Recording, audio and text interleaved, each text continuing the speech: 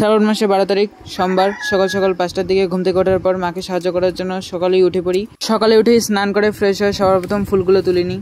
তারপর তাড়াতাড়ি করে রেডি হয়ে চলে আসি মন্দিরে। তোমরা হয়তো দেখেই বুঝতে পারছো আমরা কোন মন্দিরে পুজো দিতে গিয়েছিলাম। আর সবাই জানোই যে এই মন্দিরে কিরকম ভিড় হয়। তার উপরে ছিল প্রচন্ড গরম। এই রোদে দীর্ঘ সময় লাইনে দাঁড়ানোর পর আমরা চলে আসি শিবলিঙ্গের সামনে। তারপর শান্তিভাবে শিবের মাথায় জল ঢালার পর আমরা ওখান থেকে বেরিয়ে চলে আসি নিচের মন্দিরগুলিতে। এখানে নিচের মন্দিরগুলোতে অনেকগুলি ছোট ছোট শিবলিঙ্গ রয়েছে। তারপর এখানে কিছুক্ষণ দাঁড়ানোর পর চলে আসি শিবলিঙ্গের সামনে। এখানে শিবের মাথায় জল ঢালার পর চলে আসি বটতলার নিচে শিবলিঙ্গের কাছে। তারপর এখানে জল ঢালার পর চলে আসি অঞ্জলি দিতে। তারপর অঞ্জলি দিয়ে ভগবানের কাছে প্রণাম করে চরণামৃত নিয়ে ওখান থেকে বেরিয়ে পড়ি। কে কে বাবা লিঙ্গরাজ মন্দিরে পুজো দিতে আসছিলে নিচে কমেন্ট করে জানিও। তারপর এখানে পুজো সম্পন্ন করে আমরা চলে আসি মা ছিন্নমস্তা মন্দিরে। এখানে এসে মোম জ্বালিয়ে পুজো দিয়ে চলে আসি ছিন্নমস্তা মন্দিরের পেছনে শিব মন্দিরে। কে কে এই শ্রাবণ মাসে এই মন্দিরে পুজো দিতে আসছিলে তারা একটু কমেন্ট করে জানিও। আমাদের কিন্তু এখানে পুজো দিয়ে এসে দিদি জাম্বুদের সাথে দেখা হয়, মানে লিঙ্গরাজ মন্দিরে দেখা হয়। তারপর চলে আসি একসাথে এই মন্দিরে। এখানে এই মন্দিরে কিন্তু একদম ভিড় ছিল না, পুরো ফাঁকা ছিল, শুধুমাত্র কয়েকজন লোক ছিল। ওখানে ঠাকুরের দর্শন করে প্রণাম করে মন্দিরের চারিদিকে 3 বারের মতো পরিক্রমা করি।